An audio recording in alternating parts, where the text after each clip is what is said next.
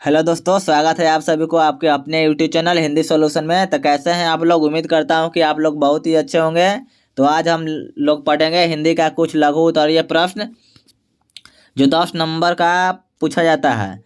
10 प्रश्न पूछे जाते हैं जिसमें से 5 का ही उत्तर देना होता है और प्रत्येक प्रश्न 2 नंबर का होते हैं। ठीक है, तो उम्मीद करता हूँ कि इस वीडियो से आप लोगों का 10 नंबर आने वाला है। तो चलिए हम लोग स्टार्ट करते हैं बिना देर किए हुए। तो इस चैनल पर यानी कि इस वीडियो के अंत तक जुड़े रहें और इस वीडियो से आप लोगों का 10 नंबर कंप्लीट होने वाला है।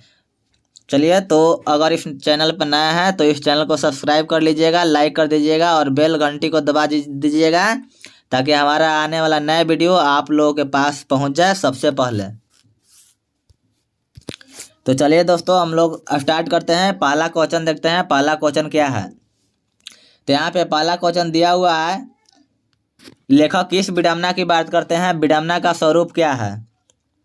तो इसका उत्तर देखेंगे हम लोग। इसका उत्तर है, लेखक बाबा साहेब भीमराव अम्बेडकर जी विडंबना की बात करते हुए कहते हैं कि इस युग में भी जातिवाद के पुस्तकों की कमी नहीं है, जिसका स्वरूप यह है कि जाति प्रथा श्रम विभाजन का रूप ले रखा है जो अस्वाभाविक है।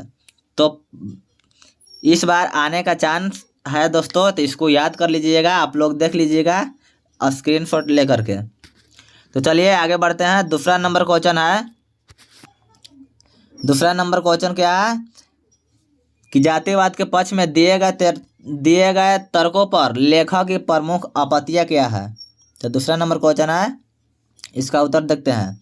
जातिवाद के पक्ष में दिए गए तर्कों पर लेखक की प्रमुख आपत्तियां इस प्रकार है कि जाति प्रथा श्रम विभाजन के साथ साथ श्रमिक विभाजन का भी रूप ले लिया है। किसी सभ्य समाज में श्रम विभाजन श्रमिकों के विभिन्न वर्णों में अस्वाभाविक विभाजन नहीं करता। ठीक है, तो दूसरा क्वेश्चन रहा। अब हम लोग तीसरा नंबर क्वेश्चन देखेंगे दोस्तों। तीसरा नंबर क्वेश्चन है, वेरी वेरी इंपॉर्टेंट क्वेश्चन है कि जातिवाद के पोषक उसके पक्ष में क्या तर्क है? तो चलिए देखते हैं इसका आंसर। जातिवाद के पोषक का तर्क यह है कि आधुनिक सभ्य समाज कार्य कुशलता के लिए श्रम विभाजन को आवश्यक माना है और जाति प्रथा विभाजन का ही यानी कि जाति प्रथा श्रम विभाजन का ही, ठीक है, यहाँ पे हो जाएगा श्रम, ठीक है, श्रम विभाजन का ही दूसरा रूप है, इसमें कोई बुराई नहीं है। तो चलिए अगला क्वेश्चन है जो कि सेकंड दूसरा पाली जो होता है ना, उसमें पूछने का बहुत चांस है। चौथा नंबर क्वेश्चन, जाति प्रथा भारत में बेरोजगारी का एक प्रमुख और प्रत्यक्ष कारण कैसे बनी हुई है? तो चलिए इसका देखते हैं आंसर। जाति प्रथा भारत में बेरोजगारी का एक प्रमुख और प्रत्यक्ष कारण है क्योंकि भारतीय समाज में श्रम विभाजन का आधार जाति है। ठीक है, भारतीय समाज में श्रम विभाजन का आधार जाति है। चाहे श्रमिक काम करने में कुशल हो या न हो, उसे कार्य करने में रुचि हो या न हो, उसे व्यवस्था बस करना पड़ता है। ठीक, आगे है, जन्मजात श्रम विभाजन का उसे SR श्रम विशेष के लिए चुनाव कर दिया जाता है। श्रमिक के काम के प्रति अरुचि हो अथवा श्रमिक कार्य कुशल नहीं हो, वह अपने काम को दिल या दिमाग से नहीं कर सकता। ऐसी हालत में वह बेरोजगार हो जाएगा तथा समाज में दिन प्रतिदिन बेरोजगार का बढ़ावा मिलेगा। ठीक है, तो यानी कि यह चौथा नंबर जो क्वेश्चन है बहुत आने का संभावना है। ठीक है, तो आप लोग याद कर लीजिएगा। चलिए पांचवा नंबर क्वेश्चन है। पांचवा नंबर क्वेश्चन है कि लेखक आज के उद्योगों में गरीबी और उत्पीड़न से बड़ी समस्या किसे मानते हैं और क्यों? इसका उत्तर देखते हैं। तो लेखक बाबा भीमराव अम्बेडकर ने आज के उद्योगों में एक गरीबी और उत्पीड़न से भी बड़ी समस्या यह मानते हैं कि बहुत से लोग निर्धारित कार्य को अरुचि के साथ व्यवस्था बस करते हैं। ठीक है, किसी का मन नहीं लगता है करने में, फिर भी वह करते रहता है। ठीक, क्योंकि ऐसी स्वभाव मनुष्य के बुरे भावना से ग्रस्त रहकर टालू काम करने और कम काम करने के लिए प्रेरित करती है। ऐसी हालत में जहाँ काम करने वालों को न दिल लगता है और न दिमाग लगता है, तो भला कोई कुशलता कैसे प्राप्त कर सकता है। ठीक है, तो चलिए आगे। अब अगला नंबर क्वेश्चन है, चलिए अगला क्वेश्चन है 6 नंबर। तो देखिए ये उतना इम्पोर्टेंट नहीं है, इस पर ज़्यादा ध्यान नहीं दीजिएगा। ठीक है, तो चलिए अगला क्वेश्चन देखते हैं, जो इम्पोर्टेंट होगा उसी को हम आज बताएंगे। चलिए यहाँ पे 7 नंबर क्वेश्चन है कि सेन साहब के परिवार में बच्चों के पालन पोषण किए जा रहे लिंग आधारित भेदभाव का अपने शब्दों में वर्णन करें। ठीक है, तो ये भी वेरी वेरी इंपॉर्टेंट क्वेश्चन है, तो आप लोग इसे याद कर लीजिएगा। चलिए तो इसका उत्तर देखते हैं हम लोग। ठीक है, सेन साहब के परिवार में बच्चों के पालन पोषण में किए जा रहे लिंग आधारित भेदभाव। ठीक है, जो लिंग आधारित भेदभाव किया जा रहा है, यानी कि सेन साहब के परिवार में देखा जाता है लिंग आधारित भेदभाव। यह भेदभाव ऐसे परिवार में देखा जाता है जो अशिक्षित हो, निर्धन हो। सेन साहब के परिवार में 5 बेटियां और 1 बेटा है। ठीक, जिसका नाम कासू है। सेन साहब पत्नी सहित बेटा को अधिक प्यार करते हैं। अगर गलती बेटा कर देता है तो उन्हें आनंद आता है। खान पान में भी कासू जो चाहता है वह हाजिर हो जाता है, परंतु बेटियों के लिए ऐसा नहीं है।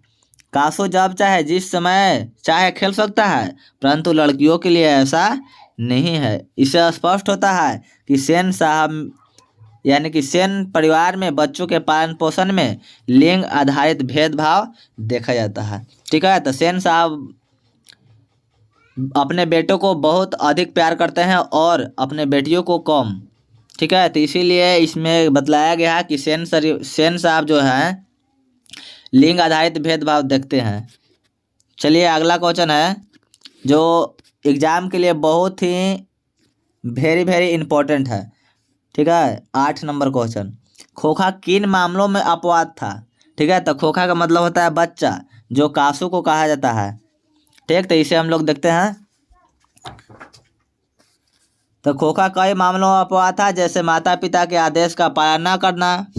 ठीक है, यानी कि माता पिता का आदेश का पालन नहीं करता था, बड़ों का सम्मान न करना, स्कूल के पढ़ाई से अलग रहना तथा बिना पूछे किसी का सामान छू देना आदि। अतः जीवन के नियमों और घरों के नियमों के मामले में अपवाद था। ठीक है, तो याद कर लीजिएगा, एकदम आने का बहुत चांस है। ठीक है, तो चलिए अगला क्वेश्चन है नंबर 9 कि मदन और ड्राइवर के बीच के विवाद द्वारा कहानीकार क्या बताना चाहता है। ठीक है, तो ये बार बार पूछा जाता है एग्जाम में, तो चलिए इसको देखते हैं कि मदन और ड्राइवर के बीच विवाद के माध्यम से कहानीकार यह बताना चाहते हैं कि साधारण व्यक्ति भी वैसा ही बन जाता है जैसे उनकी संगति होती है। तो जिस संगत में आप रहेंगे उसी संगत में आपका भी मन लगने लगेगा। आगे, ड्राइवर सेन साहब का नमक खाता है, इसीलिए सेन साहब के बेटे की बदमाशी को नज़रअंदाज कर लेता है, लेकिन दूसरा बच्चा को गाड़ी छूने की ललक हो तो उसे धकेल दिया जाता है तथा उल्टे उस पर गलत का आरोप लगा दिया जाता है। तो बहुत ही सिंपल भाषा में ही इसका उत्तर है। तो आप लोग बढ़िया से अगर थोड़ा सा देख लीजिएगा तो आप लोगों का याद हो जाएगा, क्योंकि आप लोग पढ़ के आए हैं। ठीक है, एक बार देख लीजिएगा, एक झलक देख लीजिएगा तो ये याद हो जाएगा परीक्षा के लिए, जो कि 22 फरवरी का होने वाला है। ठीक, चलिए अगला क्वेश्चन है कि कासू और मदन के बीच झगड़े का कारण क्या था। तो यहाँ से ऑब्जेक्टिव पूछ देता है कि कासू और मदन के बीच झगड़े का कारण क्या था। तो झगड़े का कारण था मात्र बाल हट। ठीक, तो यहाँ से ऑब्जेक्टिव ही पूछ देता है, तो इसको याद कर लीजिएगा। तो चलिए देखते हैं इस प्रसंग के द्वारा लेखक क्या दिखाना चाहता है। चलिए इसका उत्तर है कासू और मदन के बीच झगड़े का कारण मात्र बाल हट था। ठीक है, तो यहाँ पे एक ऑब्जेक्टिव भी बन जाएगा। यदि मदन को गाड़ी छूने का यदि मदन को गाड़ी स्पर्श करने का अधिकार नहीं है तो कासू को मदन के साथ लट्टू नचाने का भी अधिकार नहीं है। लेकिन कासू रौब दिखाकर लट्टू नचाना चाहता है, जो मदन के विचार से गलत था। फिर मदन की प्रतिशोध की भावना ने झगड़े का रूप ले लिया। इस प्रसंग के द्वारा कहानीकार यह दर्शाना चाहते हैं कि बच्चों में भी प्रतिशोध की भावना जगती है। बच्चों में यह ज्ञान नहीं होता कि कौन बड़ा बाप का बेटा है तथा कौन गरीब बाप का बेटा है, अर्थात इनमें अमीरी गरीबी की भावना नहीं रहती है। ठीक है, तो ये भी हमेशा पूछा जाता है, देख लीजिएगा, बहुत ही इम्पोर्टेंट है। ठीक, चलिए आगे बढ़ते हैं हम लोग। तो यहाँ पे 11 नंबर जो क्वेश्चन दिया गया है, ये व्याख्या करने के लिए 5 नंबर का भी पूछ देता है। ठीक है, 5 नंबर का पूछ देता है व्याख्या करने के लिए। तो चलिए इसको भी देख लेते हैं। कह रहा है कि मदन और झोपड़ी वालों की लड़ाई में अक्सर महल वाले ही जीतते हैं। ठीक, जीतते हैं। उसी हालत में जब दूसरे झोपड़ी वाले उनकी मदद अपने ही खिलाफ करते हैं। लेखक इस कथन को कहानी से एक उदाहरण देकर पुष्टि करें। ठीक है, तो चलिए इसका उत्तर देखते हैं हम लोग। उत्तर है महल और झोपड़ी वालों की लड़ाई, अर्थात कासू और मदन के लड़ाई में मदन ने अपने मित्रों से कासू की मदद नहीं की। परिमाण यह होता है कि कासू यानी कि महल वाला, कासू कौन था यानी कि महल वाला था। ठीक, महल वाला हार जाता है। यदि मदन के मित्र बालक कासू को मदद करते तो कासू ही जीतता। प्रायः यह देखा जाता है कि झोपड़ी में रहने वाले लोग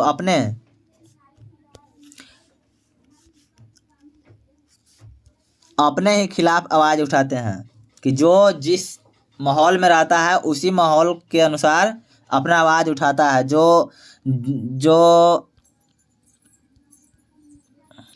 जो मान लिया जाए कि अगर झोपड़ी वालों के साथ लड़ाई हुआ तो पूरे जितना भी झोपड़ी वाले होंगे वो झोपड़ी वालों को ही सपोर्ट करेंगे। अगर महल वालों के यहाँ से लड़ाई हुआ तो जितना ही महल वाले होंगे तो महल वालों को ही सपोर्ट करेंगे। ठीक, तो इस कथन के माध्यम से कहानीकार ने झोपड़ी वालों में एकता ने खोखलेपन की उजागर किया है। ठीक है, तो चलिए आगे बढ़ते हैं हम लोग। 12 नंबर क्वेश्चन है कि सेन साहब कासू, गिरधर और मदन का चरित्र चित्रण करें। ठीक है, चरित्र चित्रण का मतलब होता है यानी कि उसके बारे में, ठीक है, जितना भी जान रहे हैं उसके बारे में लिखना है। ठीक, तो वही चरित्र चित्रण करना है। तो पहला है सेन साहब का चरित्र चित्रण। ठीक, तो सेन साहब का चरित्र चित्रण देखेंगे हम लोग कि सेन साहब एक बिजनेसमैन है। ठीक है, ऑब्जेक्टिव में पूछा जाएगा कि सेन साहब क्या थे, तो एक बड़ा बिजनेसमैन थे। ठीक है, वे आर्थिक दृष्टिकोण से एक संपन्न व्यक्ति थे। वे महत्वाकांक्षी भी हैं। वे संभावना को संजोगने वाले व्यक्ति हैं, इसीलिए अपने दूरदमनीय पुत्र को इंजीनियर होने की संभावना व्यक्त करते हैं। ठीक है, यहाँ पे ऑब्जेक्टिव पूछा जाएगा कि सेन साहब अपने दूरदमनीय पुत्र को क्या बनाना चाहते हैं, तो यहाँ पे आंसर हो जाएगा कुछ, तो इंजीनियर बनाना चाहते थे। ठीक है, चलिए आगे।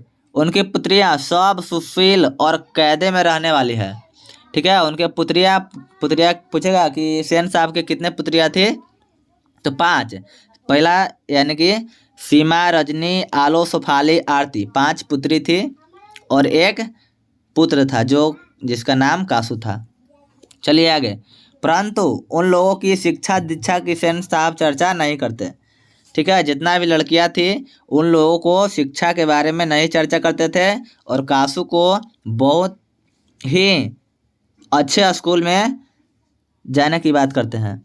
तो चलिए इससे स्पष्ट होता है कि सेन साहब पुत्र और पुत्री में भेदभाव मानते हैं जो उचित नहीं है। सेन साहब को धन का अहंकार भी है, इसीलिए निर्दोष गिरधर को नौकरी से निकाल देते हैं। इससे स्पष्ट होता है कि सेन साहब के भी अहंकार के कारण अपने सूझा बुझा खो बैठे हैं। ठीक है, तो ये सेन साहब का चरित्र रहा। चलिए आगे दूसरा नंबर है जो कि कासू का है। ठीक, जो कासू सेन साहब का इकलौता पुत्र है। चलिए कासू का चरित्र। कासू सेन साहब का इकलौता बेटा है। सेन साहब के लाड प्यार से बिगड़ता चला जाता है। पिता की तरह उसमें भी अहंकार की भावना होता है। तो जिस प्रकार से पिताजी होंगे उसी का ही, ठीक है, उसी का है, यानी कि जो प्रभाव पड़ता है ना, तो उस पिता का प्रभाव अपने पुत्र में पड़ता है। तो वही कासू उसी प्रकार से है। ठीक है, तो उनको में भी अहंकार की भावना है, इसीलिए तो वह मदन से लट्टू नचाने के लिए रौब से मांगता है। ठीक है, जिस प्रकार से पिता में घमंड था, उसी प्रकार से बेटा में भी घमंड है। ठीक है, तो इसीलिए लट्टू नचाने के लिए मदन से रौब से मांगता है। वह नटखट भी है, जिसके कारण उसे तोड़ फोड़ में अधिक मन लगता है। वह स्वाभिमानी भी है, इसीलिए वह मदन के साथ लट्टू नहीं देने पर उलझ जाता है। ठीक है, अगर मदन लट्टू नहीं देता है तो कासू उसे उलझ जाता है। तो चलिए आगे अगला है गिरधर का चरित्र। तो गिरधर कौन था? तो मदन का पिता। ठीक है, मदन का पिता कौन थे? तो गिरधर लाल। ठीक है, तो चलिए हम लोग इसका भी चरित्र करते हैं। गिरधर एक मध्यवर्गीय तथा आर्थिक रूप से कमजोर व्यक्ति है। वह एक ईमानदार वफादार कर्मचारी भी है। मालिक के गलत निर्णय को आसानी से स्वीकार कर लेता है। गिरधर वर्तमान को भी उधार मान लेता है, क्योंकि सामान्य पिता की तरह मदन को दंड भी देता है, लेकिन नौकरी छूटने के बाद उसी पुत्र को वह गले भी लगा लेता है। वह एक सफल गृहस्थ धर्म को पालन करने वाला व्यक्ति है, क्योंकि विषम परिस्थितियों में भी वह घबराता हुआ नहीं दिखाई पड़ता है। ठीक है, यानी कि गिरधर का जो बेटा है मदन। तो चलिए आगे बढ़ते हैं। अगला मदन का चरित्र करने के लिए है। मदन का चरित्र। मदन एक गरीब बाप का बेटा है। पूछेगा कि मदन किसका बेटा है? तो एक गरीब बाप का बेटा है, और सामान्य बालक की तरह उसमें भी चंचलता और नटखटपन है। इसीलिए वह सेन साहब के ड्राइवर की ओर बार बार मारने के लिए झपटता है। सामान्य बालक की तरह उसमें भी ईर्ष्या और द्वेष की भावना जागती है, इसीलिए तो उसमें सेन साहब के खोखे को भी पीट देता है। इससे स्पष्ट होता है कि एक स्वाभिमानी लड़का मदन भी है। ठीक, तो चलिए आगे है 13 नंबर क्वेश्चन कि 20 के दांत कहानी का सारांश लिखे। ठीक है, तो 20 के दांत कहानी का सारांश क्या है? तो 20 के दांत कहानी कासू और मदन और गिरधर तथा सेन साहब के 5 लड़कियां हैं। इन्हीं सब के आधार पर कहानी का सारांश बतलाया गया है। ठीक, तो चलिए आगे है अगला क्वेश्चन देखते हैं हम लोग। 14 नंबर क्वेश्चन। समस्त भूमंडल में सर्वविध संपदा और प्रकृति से सौंदर्य से परिपूर्ण देश भारत है। लेखक ने ऐसा क्यों कहा है? ठीक है, लेखक ऐसा क्यों कहते हैं? तो चलिए इसका उत्तर देखते हैं हम लोग। समस्त भूमंडल में सर्वविध संपदा और प्राकृतिक सौंदर्य से परिपूर्ण देश है, वो कौन है? भारत है। लेखक ने कहा है कि मानव मस्तिष्क की उत्कृष्टतम उपलब्धियों का सर्वप्रथम साक्षात्कार करने वाला देश है वो भारत ही है। जीवन की सबसे बड़ी समस्याओं का समाधान ढूंढ निकालते हैं। तो चलिए दोस्तों आगे है। देखिए यहाँ पे गलत लिखा गया है, यहाँ पे होगा प्लेटो, ये गलत है। यहाँ पे हो जाएगा प्लेटो तथा कांट हो जाएगा यहाँ पे। तो इतना दूर देख लीजिएगा। प्लेटो प्लेटो तथा कांट जैसे दार्शनिकों का अध्ययन करने वाले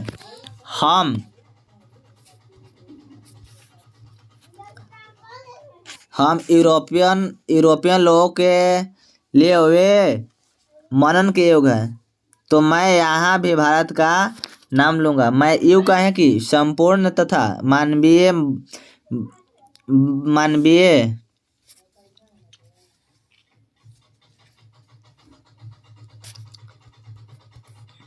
यहाँ पे दोस्तों थोड़ा सा मिस्टेक हो गया है, थोड़ा सा टाइपिंग में गलत हो गया है। ठीक है, तो यहाँ पे देखिए हो जाएगा संपूर्णतया मानवीय बन जाए। ठीक है, बन आए नहीं, बन जाए हो जाएगा। ठीक, बन जाए। ठीक है, और यह जीवन ही क्यों अगला जीवन तथा शाश्वत जीवन भी सुधर जाए तो मैं एक बार फिर भारत का ही नाम लूँगा।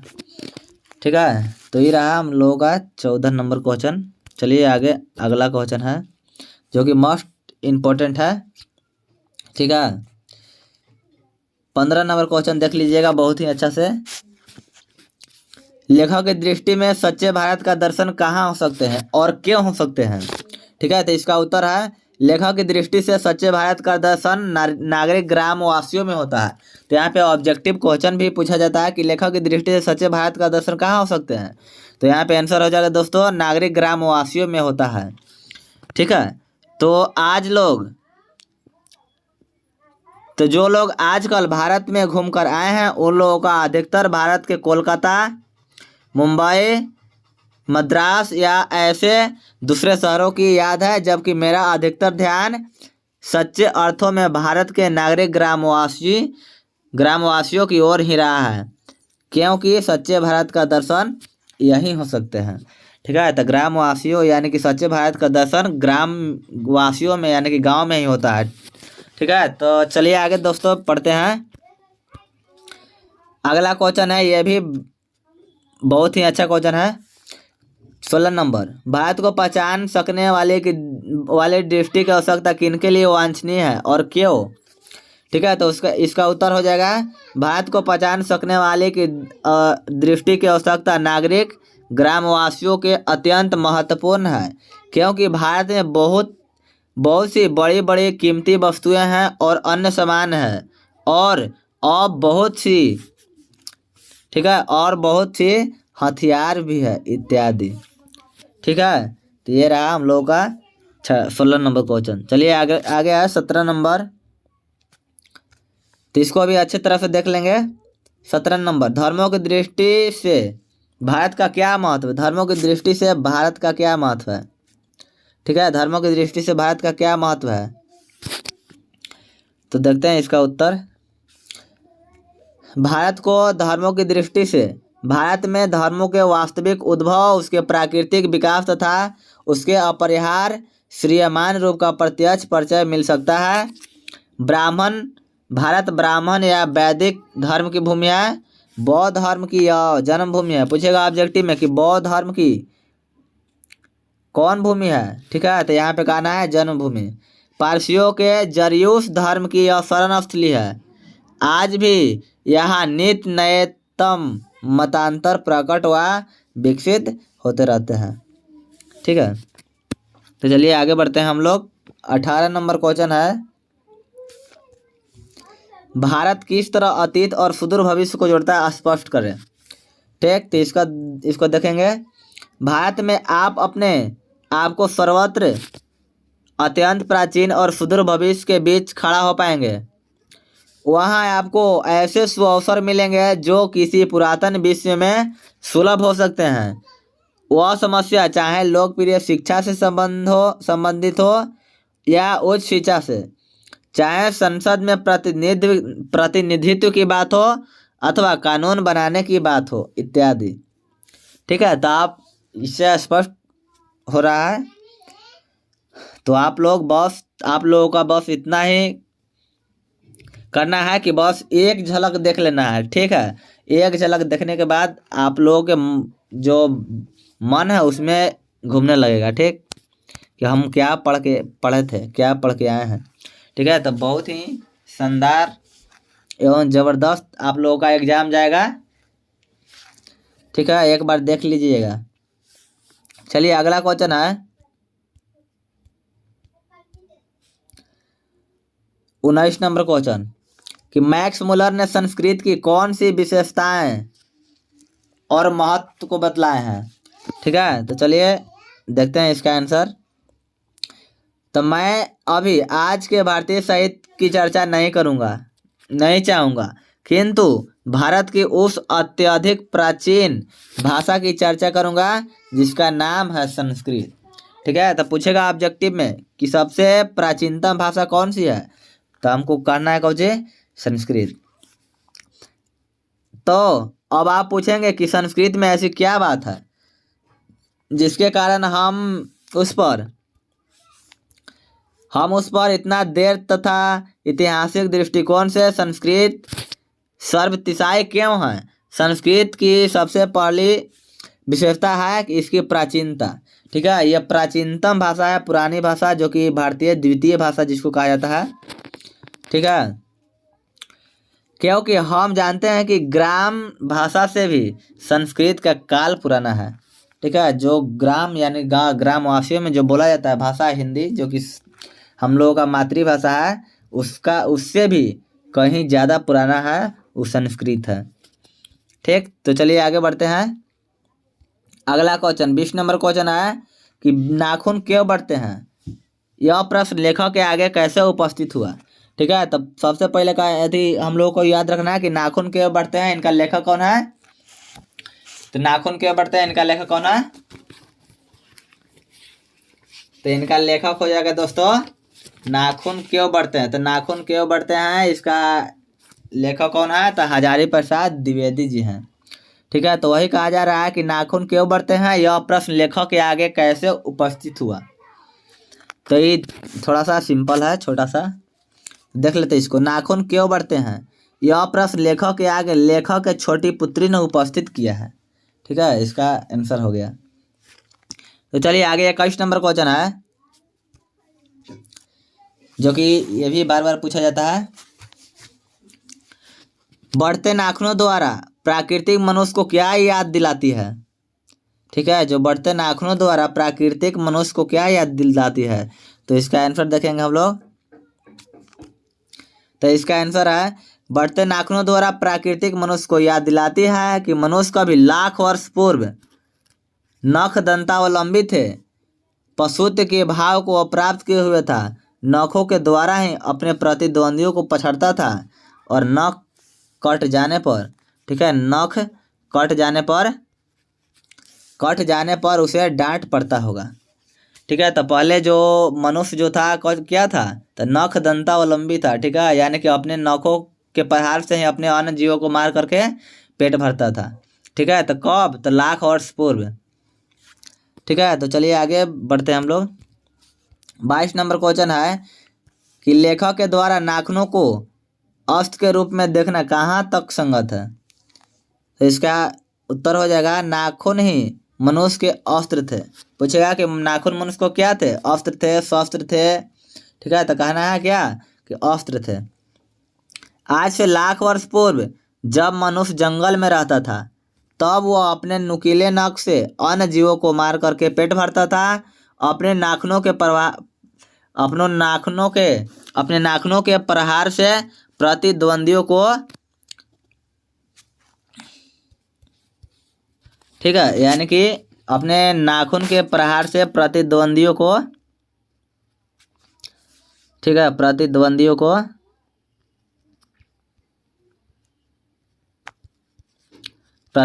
को पछाड़ता था। इसीलिए नाखूनों को अस्त्र के रूप में देखना बिल्कुल युक्ति संगत है। ठीक, तो चलिए दोस्तों आगे बढ़ते हैं हम लोग। अगर आप लोगों के एग्जाम में क्वेश्चन आ जाए तो एक भी क्वेश्चन छूटना नहीं चाहिए। ठीक है, तो चलिए आगे बढ़ते हैं। अगला नंबर क्वेश्चन है 23 नंबर कि मनुष्य बार बार नाखूनों को क्यों काटता है। तो एकदम VVI है दोस्तों। ठीक, इसे याद कर लीजिएगा। ठीक है, VVI है। तो चलिए इसको देखते हैं। नाखून बार बार मनुष्य बार बार नाखूनों को क्यों काटता है? ठीक, तो नाखून मनुष्य का प्राचीनतम हथियार है। ठीक है, तो पूछेगा कि नाखून जो है मनुष्य का क्या है, तो प्राचीनतम हथियार है। जिस समय मनुष्य पशु की भांति जीवन व्यक्त कर रहा था, उस समय उसके उसके एकमात्र अस्त्र नाखून थे। आज का मनुष्य पाशिक वृत्ति को छोड़ चुका है। मानवीय गुण आ जाने के कारण वह पशुता का त्याग करना ही उचित मानता है। इसी कारण मनुष्य अपने नाखून को हथियार बनाना नहीं चाहता। नाखून बढ़ते ही इसका बढ़ना मनुष्य के लिए सहज वृत्ति है। वह बार बार बढ़ता रहेगा, लेकिन मानव पशुता की ओर अधोगामी वृत्ति को अपना योग नहीं बनाना चाहता है। उसे मनुष्य बार बार काटता है और काटता ही रहेगा। ठीक है दोस्तों, तो चलिए हम लोग आगे बढ़ते हैं। अगला नंबर क्वेश्चन देखते हैं। यहाँ पे जितना भी क्वेश्चन बतलाया जा रहा है फर्स्ट फिटिंग में आए या सेकंड फिटिंग में आए, ठीक है, यानी कि पूछने का संभावना है दोस्तों। यानी कहाँ से आएगा? ठीक, एकदम वेरी जो इम्पोर्टेंट क्वेश्चन है उसी क्वेश्चन को आज बतलाया जा रहा है इस वीडियो में, तो अंत तक देखते रहिए। चलिए अगला नंबर क्वेश्चन है कि देवनागरी लिपि की अक्षरों में स्थिरता कैसे आई? ठीक है, तो इसका आंसर हो जाएगा दूसरी सदी पूर्व जब इस लिपि के राय बनने और पुस्तक छपने लगी, तब इसके अक्षरों में स्थिरता आ गई। चलिए अगला क्वेश्चन है 25 नंबर, देवनागरी लिपि में कौन कौन सी भाषाएं लिखी जाती है? ठीक है, तो ये भी एकदम बहुत ही महत्वपूर्ण क्वेश्चन है दोस्तों, याद कर लीजिएगा। एकदम बहुत ही छोटा है, शानदार होने वाला है इस वीडियो। तो देखिए इसका उत्तर क्या हो जाएगा कि देवनागरी लिपि में संस्कृत, हिंदी, नेपाली, नेवारी, मराठी, गुजराती, मैथिली, भोजपुरी, मगही आदि भाषाएं लिखी जाती है। ठीक है, तो इसको बढ़िया से देख लीजिएगा, इससे ऑब्जेक्टिव ही आएगा। चलिए अगला क्वेश्चन है 26 नंबर कि लेखक ने किन भारतीय लिपियों से देवनागरी का संबंध बताया है? तो लेखक ने गुप्तकालीन ब्राह्मणी लिपि तथा सिद्धम लिपि की लिपियों से देवनागरी का संबंध बतलाया है। चलिए आगे 27 नंबर क्वेश्चन है कि नंदी नागरी किसे कहते हैं? इस प्रसंग में लेखक ने उसका उल्लेख क्या है? ठीक, उल्लेख क्यों किया है? इसका उत्तर हो जाएगा नंदी नागरी देवनागरी को ही कहते हैं। ठीक है, तो ऑब्जेक्टिव यहाँ पर बनेगा कि नंदी नागरी किसे कहते हैं? तो देवनागरी को ही कहते हैं। महाराष्ट्र के राष्ट्रकूट राजाओं के समय नंदी नगर नांदेड़ लिपि होने के कारण यह नंदी नागरी कहलाने लगी। ठीक है, तो चलिए अगला क्वेश्चन है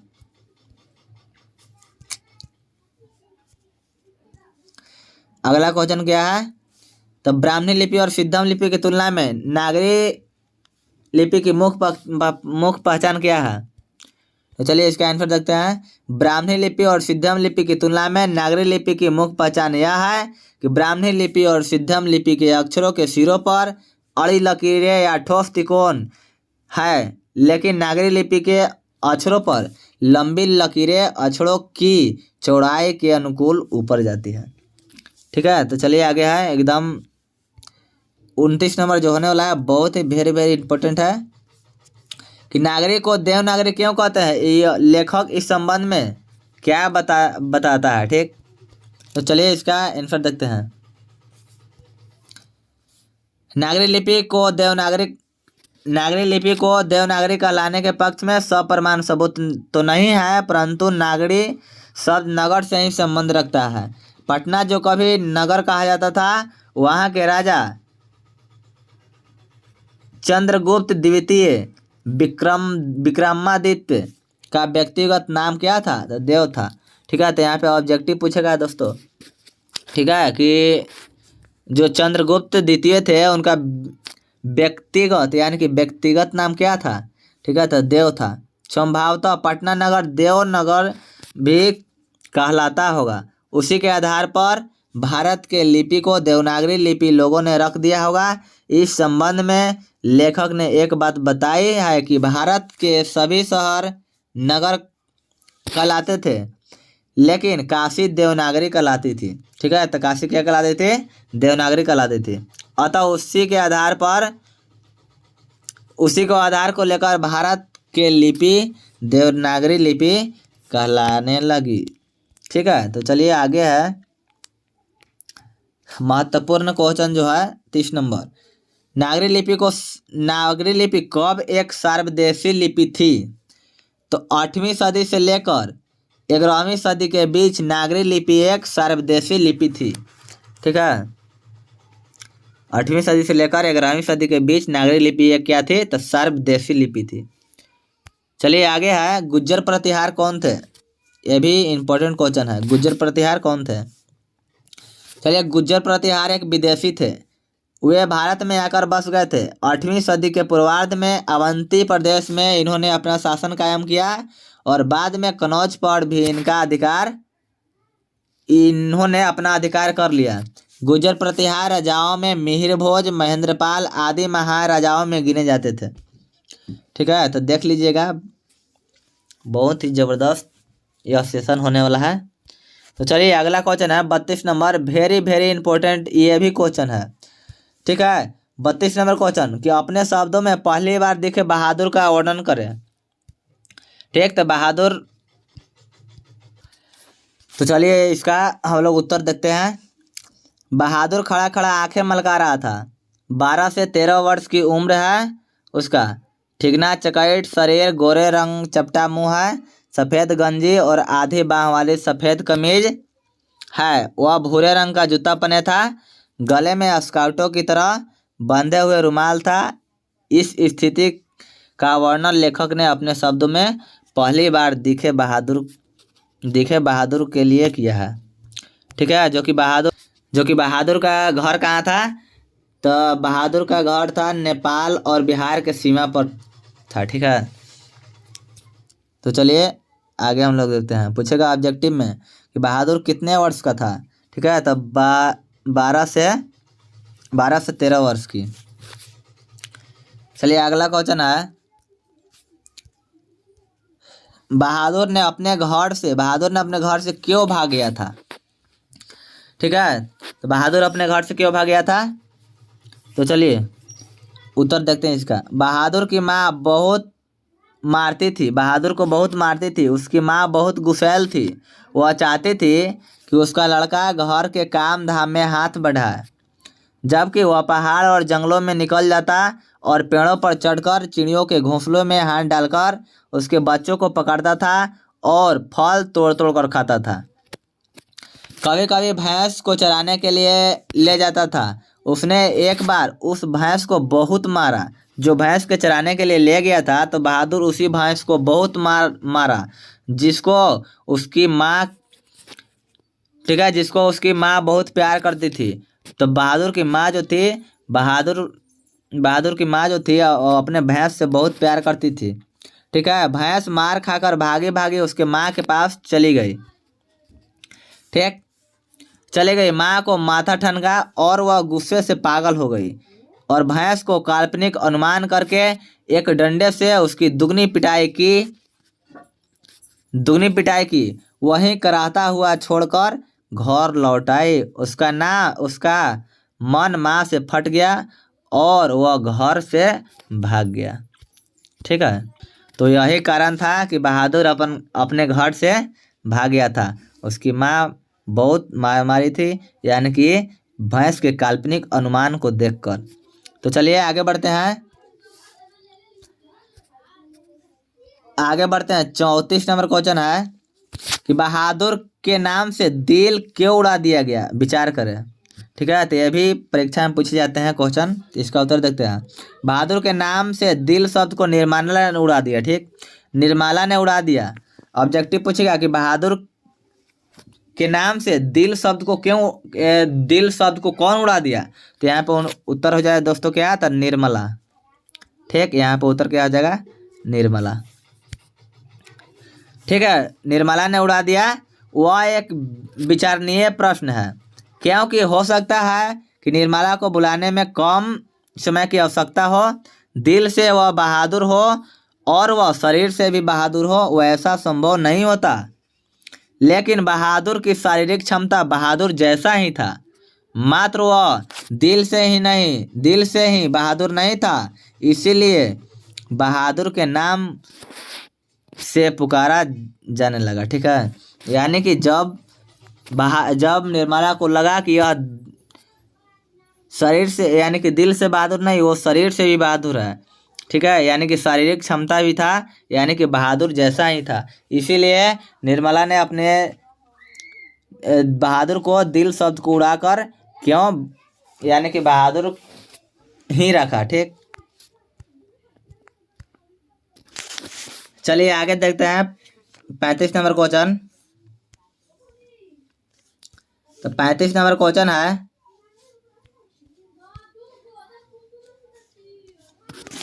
किन कारणों से बहादुर ने एक दिन लेखक का घर छोड़ दिया।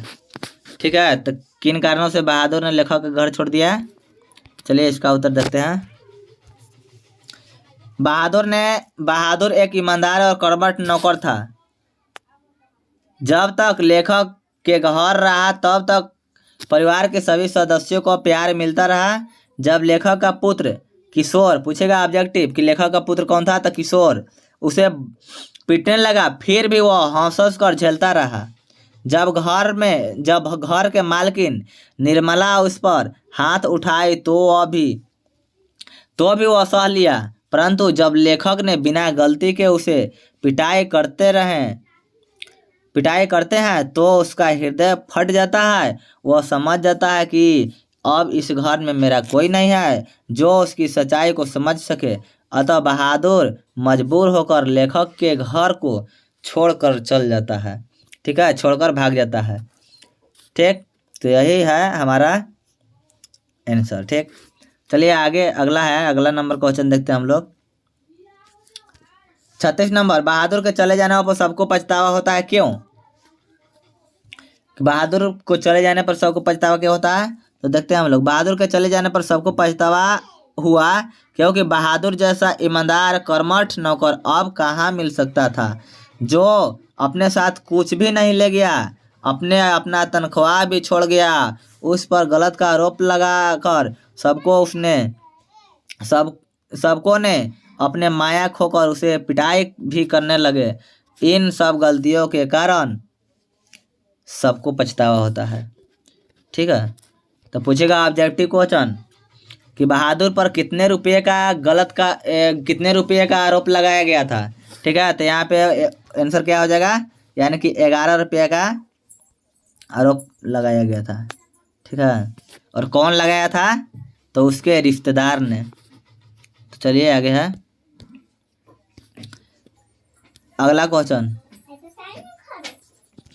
ठीक है, अगला क्वेश्चन है 37 नंबर, बहादुर, किशोर, निर्मला और कथावाचक का चरित्र चित्रण करें। ठीक है, तो इसको देख लीजिएगा चरित्र चित्रण करने के लिए। ठीक है, तो हम लोग आगे बढ़ते हैं। अगला क्वेश्चन है 38 नंबर। ठीक, निर्मला को बहादुर के चले जाने पर किस बात का अफसोस हुआ। तो बहादुर के चले जाने पर निर्मला को अफसोस इसलिए हुआ कि बहादुर अपने साथ कुछ नहीं ले गया, न कोई कपड़ा, न जूता या न तनख्वाह का एक पैसा। निर्मला बहादुर को अपने बेटे के समान मानती थी, लेकिन किसी महिला के बहकावे में आकर वह नौकर जैसा व्यवहार करने लगी थी। बहादुर के चले जाने पर उसे भारी पछतावा होता है। ठीक, चलिए अब अगला है 39 नंबर क्वेश्चन, परंपरा का ज्ञान किसके लिए सबसे ज्यादा आवश्यक है, क्यों। ठीक, उसका उत्तर है जो लोग साहित्य में युग परिवर्तन करना चाहते हैं, जो लोग लकीर के फकीर नहीं हैं, उनकी रूढ़ियां तोड़कर क्रांतिकारी साहित्य की रचना चाहते हैं, उनके लिए परंपरा का ज्ञान अति आवश्यक है। क्योंकि परंपरा का ज्ञान प्रगतिशील आलोचना का विकास होता है। प्रगतिशील आलोचना साहित्य परंपरा का अधूर्त यानी कि अभूत ज्ञान है। ठीक, ठीक है, चलिए आगे अगला क्वेश्चन है 40 नंबर, इस पर ध्यान नहीं देना है। ठीक है, इस पर ध्यान नहीं देना है। चलिए अगला क्वेश्चन देखते हैं। और 41 नंबर जो है ये भी उतना नहीं इम्पोर्टेंट है। चलिए आगे, तो जो इम्पोर्टेंट है हम उसी को बतला रहे हैं आज। चलिए यहाँ पे 43 नंबर देख लीजिए। जातीय और राष्ट्रीय अस्मिताओं के स्वरूप का अंतर करते हुए लेखक दोनों में क्या समानता बतलाता है। चलिए इसका उत्तर है जातीय और राष्ट्रीय अस्मिताओं का फलस्वरूप अंतर बताते हुए लेखक कहते हैं कि किसी भी राष्ट्र में अनेक जातियां रहते हैं और उनके अस्मिताओं भी अनेक होती है, परंतु जिस समय किसी राष्ट्र पर मुसीबत आती है तो जातियां अस्मिता गौण कर विविध जातियों में केवल राष्ट्र की अस्मिता प्रधान हो जाती है। इसीलिए दोनों में समानता भी है, क्योंकि जातीय अस्मिता है तथा राष्ट्रीय अस्मिता के रूप में बड़ा बन जाता है, अथवा राष्ट्रीय अस्मिता जातीय अस्मिताओं को आत्मसात कर विरोध रूप धारण कर मुसीबत से रक्षा करने में सहायक सिद्ध होता है। तो चलिए आगे बढ़ते हैं हम लोग। ये 44 नंबर भी नहीं देखेंगे इसको। चलिए यहाँ 45 नंबर क्वेश्चन है, जो कि वेरी एग्जाम की दृष्टि से बहुत ही अच्छा क्वेश्चन है। लखनऊ और रामपुर से बिरजू महाराज का क्या संबंध है। ठीक, तो चलिए इसका उत्तर देखते हैं। लखनऊ और रामपुर में बिरजू महाराज का संबंध है। लखनऊ और रामपुर से बिरजू महाराज का संबंध है कि लखनऊ में बिरजू महाराज का पैतृक घर और जन्म स्थान है। ठीक है, तो पूछेगा ऑब्जेक्टिव क्वेश्चन कि लखनऊ में बिरजू महाराज का क्या है, तो पैतृक घर है और क्या है, तो जन्म स्थान है। ठीक है, इनका जन्म हुआ था लखनऊ में। आगे रामपुर के नवाब के यहाँ उनके पिताजी नौकरी करते थे। पूछेगा कि बिरजू महाराज के पिताजी कहाँ नौकरी करते थे, तो रामपुर के नवाब के यहाँ। ठीक, रामपुर से ही इनका नाचना आरंभ हुआ था। वहाँ के नवाब इनके नृत्य से बहुत पसंद रहते थे। ठीक, चलिए आगे देखते हैं। नृत्य की शिक्षा के लिए पहले बिरजू महाराज किन संस्था से जुड़े और वहाँ किसके संपर्क में आए। ठीक है, तो उत्तर इसका है नृत्य की शिक्षा के लिए तो चलिए इसका उत्तर देखते हैं। नृत्य की शिक्षा के लिए पहले बिरजू महाराज दिल्ली के हिंदुस्तानी डांस म्यूजिक नामक संस्था से जुड़े और वह निर्मला जोशी के संपर्क में आए थे। ठीक है, चलिए अगला क्वेश्चन 47 नंबर है कि बिरजू महाराज के गुरु कौन थे, उनका संक्षिप्त परिचय दे। ठीक, तो यहाँ पे ऑब्जेक्टिव भी पूछेगा कि बिरजू महाराज के गुरु कौन थे, तो यहाँ पे हो जाएगा बिरजू महाराज के गुरु कौन थे, तो उनके पिताजी थे। ठीक है, उनके पिता और चाचा दोनों कथक नृत्य के प्रवीण थे। ठीक है, कथक नृत्य के प्रवीण थे कौन, तो पिता और चाचा जी। बिरजू महाराज के शीर्षक स्वीकार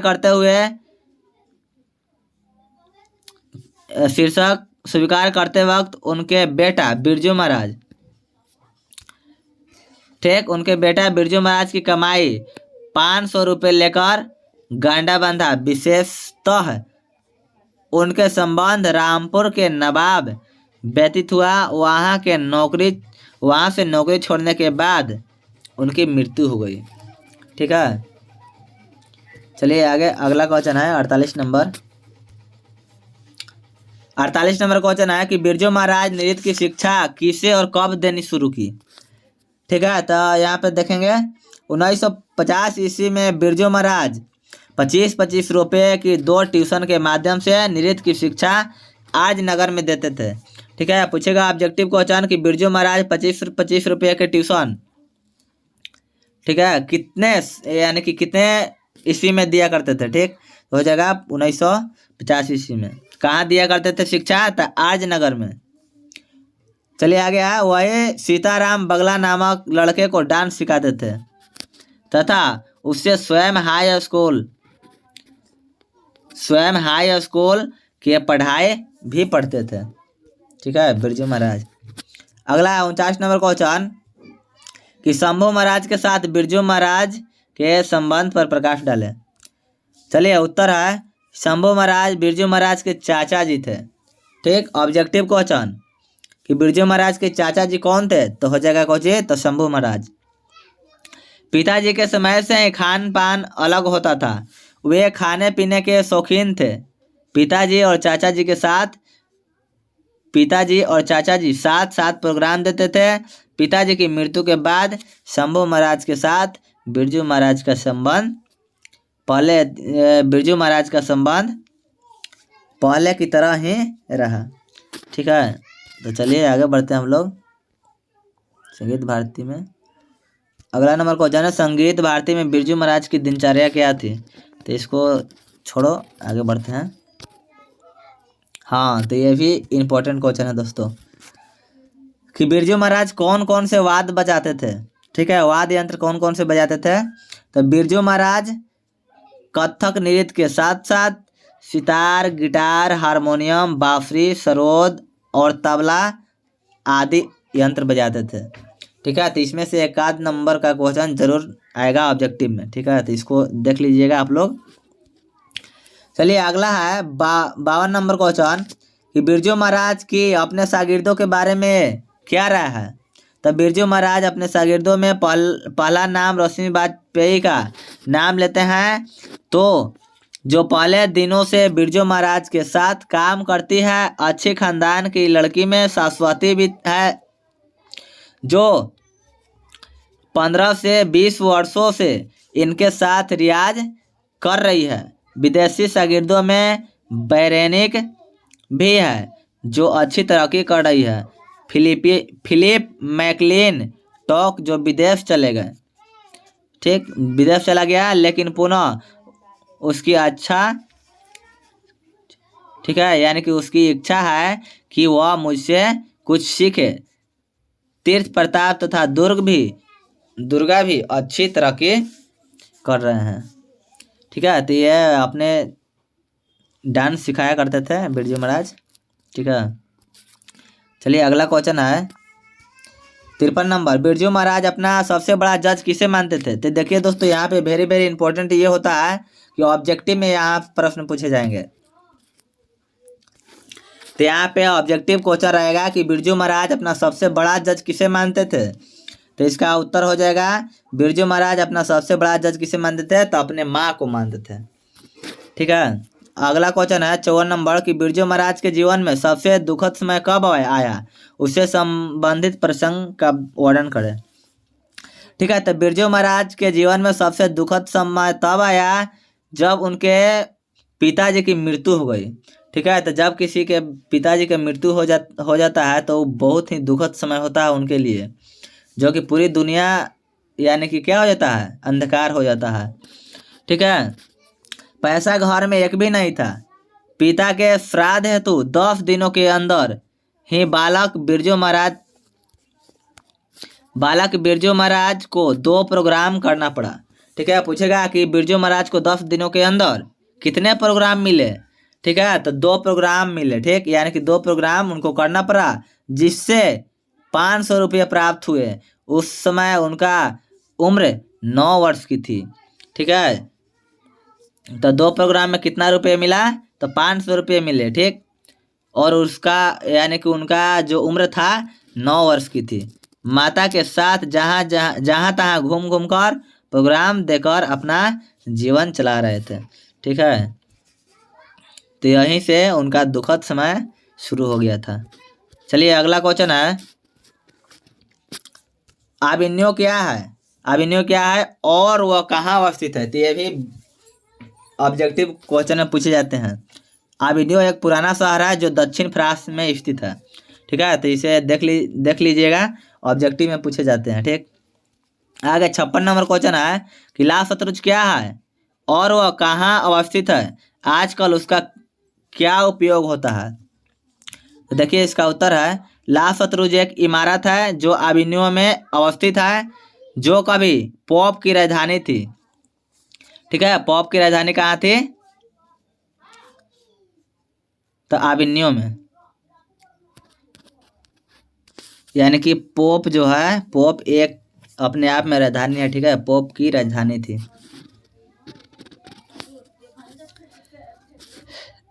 आगे है, फ्रेंच शासकों को पोप की गतिविधियों पर नजर रखने के लिए यह किला बनवाया था। उसी में कार्थीसियन, ठीक है, यहाँ पे गलत टाइप हो गया है, कार्थूसियन संप्रदाय का एक मठ बना।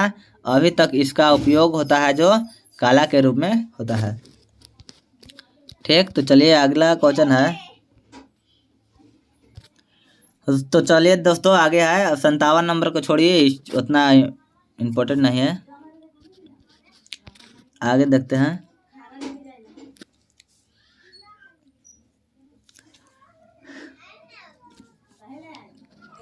चलिए आगे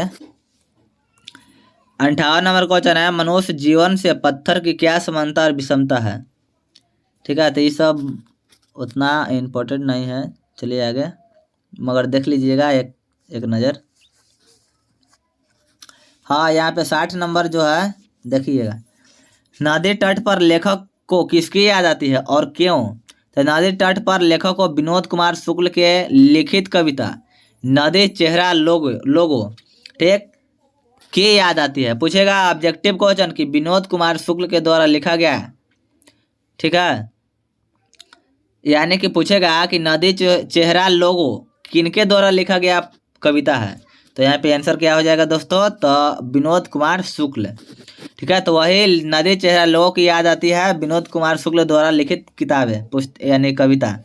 क्योंकि इस कविता शुक्ल जी नदी के मानव की तरह बहते हुए बतलाया है कि नदी के किनारे गया हुआ मनुष्य नदी के समान, ठीक है, यानी कि नदी के किनारे गया हुआ मनुष्य जो नदी के समान हो जाता है।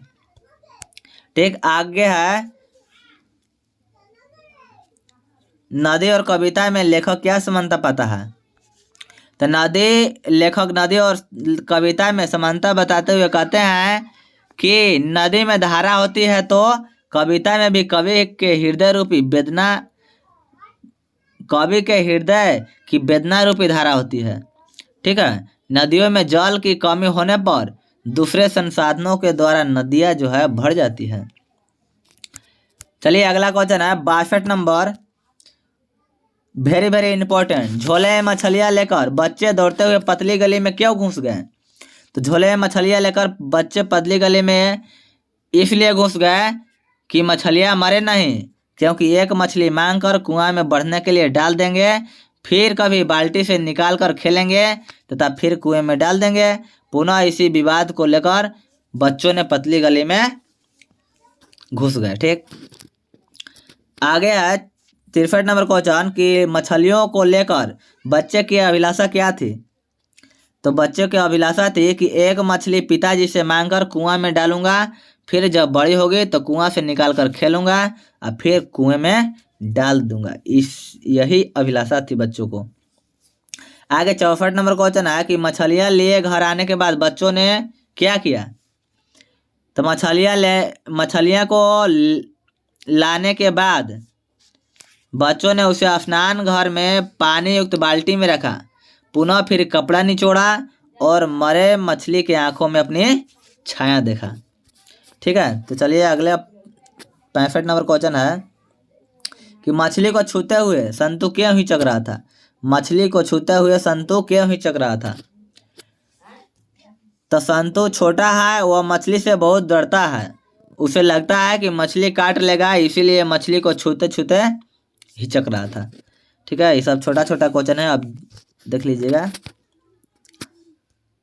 अगला है 66 नंबर कि मछली के बारे में दीदी ने क्या जानकारी दी थी, बच्चों ने उसे परख कैसे की। तो मछली के बारे में दीदी ने जानकारी दी थी कि मरी मछली की आंखों में छाया नहीं बनती है। बच्चों ने मछली की आंखों में झांक करके मछली को परख किया। आगे संतु क्यों उदास हो गया, मछली आज ही बनेगी। लेखक के कथन के बाद संतु पूछता है भैया मछली अभी कट जाएगी। तो लेखक ने कहा हाँ हाँ सुनकर संतु क्या हो गया, उदास हो गया। ठीक है, चलिए आगे है अगला क्वेश्चन 68 नंबर, मछली और दीदी में क्या समानता दिखाई पड़ी, स्पष्ट करें। तो मछली जब झोले में थी तो छटपटा रही थी, दीदी अपने साड़ी से मुंह को ढककर छटपटा रही थी आदि। मछली काटे जाने के डर से छटपट करती है, तो दीदी मछली को काटे जाने के नाम पर छटपटा रही है, जिसे लेखक को मछली और दीदी में समानता दिखाई पड़ी। ठीक है, यहाँ पे देख लीजिएगा 69 नंबर क्वेश्चन, दीदी का चरित्र चित्रण करें। इसका उत्तर हो जाएगा लेखक की दीदी अत्यंत कोमल स्वभाव वाली है। लेखक यानी कि स्वभाव वाली है। किसी भी जीव जंतु को मारने या मारे जाने के बात सुनकर भी उसकी हृदय द्रवित हो उठता है और रोने लगती है, जिसे पता चलता है कि दीदी अहिंसक स्वभाव वाली है। किसी के दुख को भाव विह्वल हो उठती है, वह मछली नहीं खाती है। ठीक, चलिए अब दोस्तों अब है यहाँ पे 70 नंबर क्वेश्चन है कि डुमराव की माता किस कारण से, वेरी वेरी एकदम बहुत ही महत्वपूर्ण क्वेश्चन। इसका उत्तर हो जाएगा महान शहनाई वादक भारत रत्न बिस्मिल्लाह खां की जन्म स्थली और पैतृक निवास होने के कारण तथा शहनाई में लगने वाली रीढ़ जो नरकट नामक पौधे से बनती है। पूछेगा कि शहनाई में लगने वाला रीढ़ जो है किस पौधों से बनती है, तो यहाँ पे आंसर हो जाएगा दोस्तों नरकट। ठीक है, नरकट नामक पौधे से बनती है। चलिए आगे, डुमराव में बहुत सरलता से मिलती है, इसीलिए डुमराव की माता अपने आप में स्थान रखता है। आगे देखते हैं 71 नंबर क्वेश्चन है कि संगीतमय कचौड़ी का आप संगीतमय कचौड़ी से आप क्या समझते हैं। ठीक, तो इसको छोड़िए, इसको देख लीजिएगा बाद में। 77 नंबर देखिए, यहाँ पे 77 नंबर क्वेश्चन है, 5 नंबर में भी पूछ दिया जाता है, तो इसको देख लेंगे अच्छे तरह से। बिस्मिल्लाह खां जब काशी से बाहर प्रदर्शन करते थे तो क्या करते थे, इससे हमें क्या सीख मिलती है। चलिए इसका उत्तर देखते हैं। बिस्मिल्लाह खां साहब संपूर्ण जीवन तब तक काशी में रहे तब तक प्रायः होते ही बालाजी मंदिर के प्रधान दरवाजे पर पहुंचकर नौबत खाने में अपने को रियाजी मानकर बालाजी के निकट समझकर रियाज आरंभ करते थे। ठीक है, तो वहाँ पे अपने बालाजी के मंदिर के, यानी कि बालाजी के मंदिर किसको, तो हनुमान जी के मंदिर के दरवाजे पर पहुंचकर रियाज करते थे। ठीक है, जब काशी से बाहर प्रदर्शन करने के लिए जाते थे तो प्रदर्शन से पूर्व यानी कि पहले भगवान विश्वनाथ और बालाजी की तरफ मुख करके दोनों के नाम पर पहले शहनाई के स्वर देते थे, मानो वे अपने उस्ताद को प्रथम स्वर समर्पित कर रहे हैं। ठीक है, तब भगवान विश्वनाथ यानी कि शिव जी के मंदिर की तरफ मुंह करके और अपने को रियाजी मानते थे। ठीक है, रियाज कर करके ही अपने बाहर प्रदर्शन करने के लिए जाते थे। ठीक है, इससे हमें यह शिक्षा मिलती है कि जीवन में अपने स्थिति को सदैव याद रखने से ऊंचा सफलता प्राप्त होती है, अथवा जिससे या जहां से हमें सफलता मिली है उसके प्रति कृतज्ञता समर्पण का अथवा भूलना नहीं चाहिए। ठीक है, जहां से हम लोग शुरुआत किए हैं उस सफ़र को हम लोग नहीं भूल सकते हैं। तो चलिए अगला क्वेश्चन है 73 नंबर, इसको नहीं देखिए, अगला देखिए 74 नंबर क्वेश्चन। काशी संस्कृत की पाठशाला है, आशय स्पष्ट कीजिए। उत्तर इसका है, इस वाक्य का आशय है कि काशी की अपनी संस्कृति है, अपना इतिहास है, अपनी कला है तथा काशी को बिस्मिल्लाह खां जैसे महान कलाकार प्राप्त है। अर्थात अगर संस्कृति और इतिहास को जानने की इच्छा है अथवा कला सीखने की इच्छा हो तो काशी जैसा पाठशाला दूसरे जगह नहीं मिलेगा। ठीक है, अगला क्वेश्चन है 75 नंबर कि गांधी जी बढ़िया शिक्षा किसे मानते हैं। ठीक है, ऑब्जेक्टिव पूछेगा और 2 नंबर का सब्जेक्टिव में भी पूछ सकता है दोस्तों, तो इसको याद कर लीजिएगा छोटा सा। गांधी जी बढ़िया शिक्षा अहिंसक गतिरोध की शिक्षा को मानते थे। ठीक है, गांधी जी सबसे बढ़िया शिक्षा किसे मानते थे, तो अहिंसक गतिरोध की शिक्षा को बढ़िया शिक्षा मानते थे। आगे 76 नंबर क्वेश्चन कि शिक्षा का अभिप्राय गांधी जी क्या मानते हैं। तो गांधी जी शिक्षा का अभिप्राय यह मानते हैं कि बच्चे के शरीर, बुद्धि और आत्मा के सभी गुणों को प्रकट किया जाए। ठीक है, अगला 77 नंबर क्वेश्चन है कि शिक्षा का ध्येय गांधी जी क्या मानते थे और क्यों। उत्तर हो जाएगा शिक्षा का ध्येय गांधी जी चरित्र निर्माण को मानते थे, क्योंकि जब चरित्र निर्माण करने में व्यक्ति सफल हो जाएगा तो समाज अपना काम अपने आप संभाल लेगा। इस प्रकार जिन व्यक्तियों का विकास हो जाएगा उसके हाथों में समाज का संगठन का काम सौंपने चाहते थे, यही चाहते थे। ठीक है, तो गांधी जी चाहते थे यानी कि किताबी ज्ञान के साथ साथ कुछ यानी कि हुनर भी सीखना बहुत ज़रूरी था। ठीक है, कुछ बहुत ज़रूरी है सीखने के लिए। अगर हाथ में काला रहेगा तो हम लोग कुछ भी कर सकते हैं। ठीक है, तो ये रहा हम लोगों का VVI क्वेश्चन 22 फरवरी के लिए। तो इसे आप लोग एक बार ज़रूर देख लीजिएगा। अगर इस चैनल पर नया है तो इस चैनल को सब्सक्राइब कर दीजिएगा, अपने दोस्तों के साथ शेयर कर दीजिएगा, ताकि इस वीडियो से अपने दोस्त को भी कंप्लीट यानी कि 10 नंबर का कंप्लीट हो जाए। ठीक है, तो वीडियो देखने के लिए धन्यवाद।